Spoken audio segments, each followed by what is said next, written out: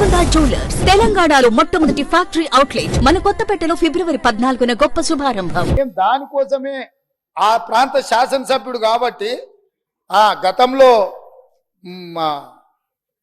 Governor గారు ఉండే వారి పేరు ఎందుకు కానీ వారు ఏమన్నారు, కాళేశ్వరరావు అని అన్నాడు హరీశ్వరరావు బదులు.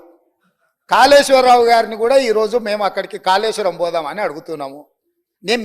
మేము ఆహ్వానించడంలో ఉన్న తప్పేముంది అధ్యక్ష? ఇప్పుడు మేము ఒకవేళ బై రోడ్డు మేము బస్సులు పెట్టుకున్నాం, అందరం కలిసిపోయినట్టు ఉంటుందని.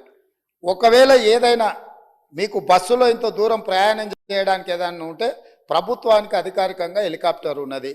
పెద్దలు చంద్రశేఖరరావు గారి కోసం ప్రత్యేకంగా హెలికాప్టర్ను కూడా రాష్ట్ర ప్రభుత్వము సిద్ధంగా ఉంచింది బేగంపేట ఎయిర్పోర్టులో. కాబట్టి దయచేసి దీన్ని వివాదాలకు తావియ్యకుండా మనందరం ఒక్క మాట మీద ఉండి కూలిపోయిన మేడిగడ్డ గురించి పేలిపోయిన వాళ్ళు కూలిపోయింది సార్. వారు ప్రశాంత్ రెడ్డి గారు ఆర్ఎండ్బి మినిస్టరు, వారు ఇట్లా మాట్లాడుడేంది? వీళ్ళే బాంబులు పెట్టి పేల్చిందని పోలీస్ స్టేషన్లో కంప్లైంట్ పెట్టిండ్రు. బాంబులు పెట్టి పేలిస్తే సింపుల్ లాజిక్ అధ్యక్ష, ఏదైనా బాంబులు పెట్టి పేలిస్తే శకలాలు గాల్లోకి ఎగురుతాయి అధ్యక్ష, భూమిలోకి పోవు.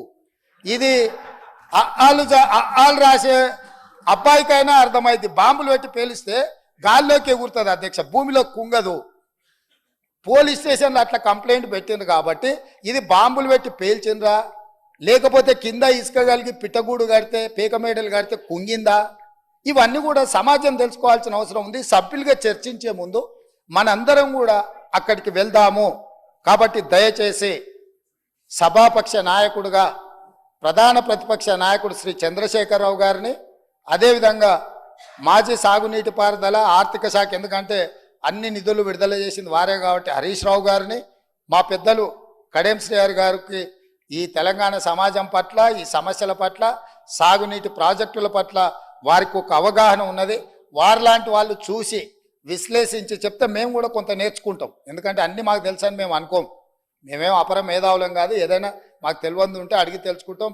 శ్రీహరి గారు లాంటి వాళ్ళు అనుభవజ్ఞులు, తుమ్మల నాగేశ్వరరావు గారు లాంటి అనుభవజ్ఞులు, గతంలో ఈ శాఖలలో మంత్రులుగా బాధ్యతలు నిర్వహించిన వాళ్ళు ఉన్నారు. కొత్త తరం నేర్చుకోవాల్సిన అవసరం ఉన్నది.